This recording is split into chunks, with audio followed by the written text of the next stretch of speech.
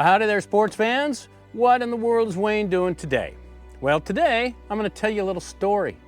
And the title of this story is Disaster on the Dalton. Now, it's a long story about my recent trip to Alaska, so I'm going to break it into 3 parts. This video is part 1.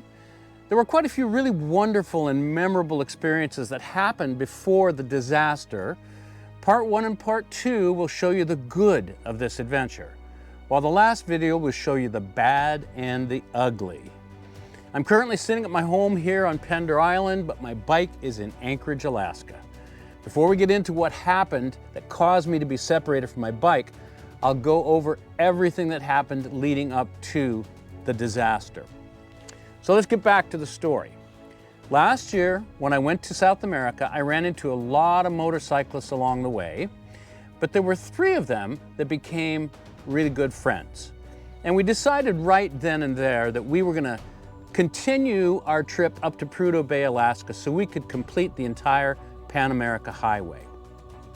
My friends joined me here on Pender Island, and we spent a few days just hanging out before departing for Alaska on June 27th.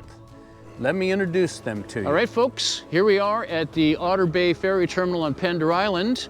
The 4 of us, Renee from Tennessee, Steve-O over here from Ohio, and David from South Carolina.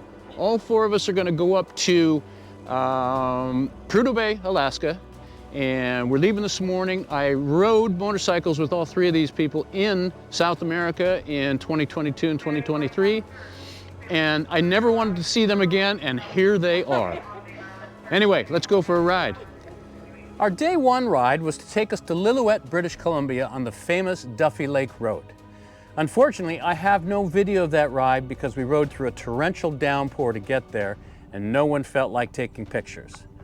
The next day, however, turned out to be beautiful sunny skies for our second leg of the journey.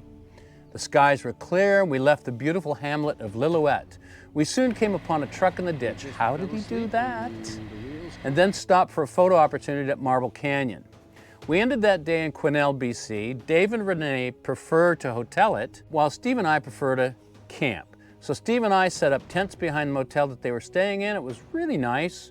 Warm showers, bathrooms, etc. Day 3 took us to the start of the Alaska Highway in Dawson Creek, but before we got there, we just had to explore this beautiful lake along the way.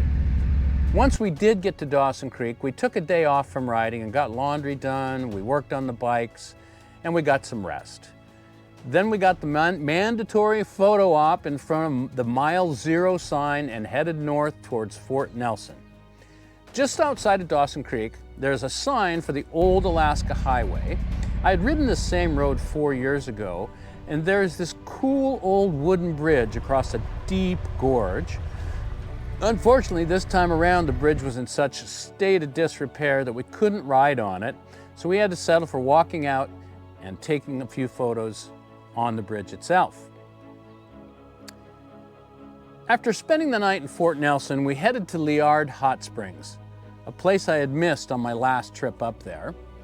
Just outside Fort Nelson, we passed through kilometers and kilometers of burned forest. Fort Nelson had actually been evacuated the previous month because of this fire, and we weren't even sure we'd be able to take this highway, but it was all put out by the time we got there. It worked out. On our way to Liard, we stopped at beautiful Muncho Lake with its beautiful turquoise waters. This is a place that I had stayed at last time I went, and it's just so pretty and such a beautiful setting. After leaving Muncho Lake, we saw a bunch of wildlife, including mountain goats, we saw some black bear, and we saw lots and lots of bison.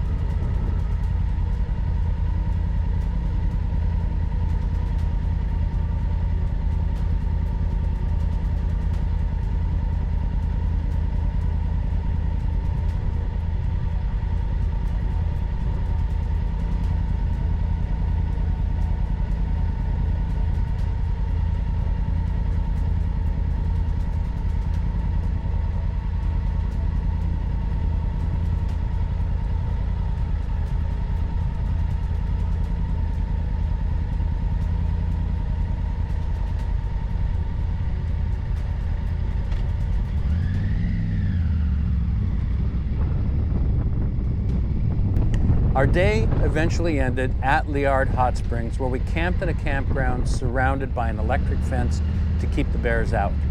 At night, we could hear the park staff shooting off bear bangers to either scare the bear away if there was one there, or let them know they weren't welcome there. We don't know if they actually saw a bear and were firing at it, or if they were just sending out warning shots, stay away. Then we got a nice soak in the hot springs, and we were all rejuvenated and ready to continue our journey. One side note is that if you Google Liard Hot Springs 1997, I mentioned this electric fence around the campground. You have to leave this electric fence and walk for about a quarter of a mile along a wooden boardwalk through kind of this marshy area to get to the hot springs themselves. But that walk is outside the electric fence. And if you Google Liard Hot Springs 1997, you will learn what happened to somebody out at Liard Hot Springs back in 1997. I'm just glad it wasn't us. Until next time, have a good day.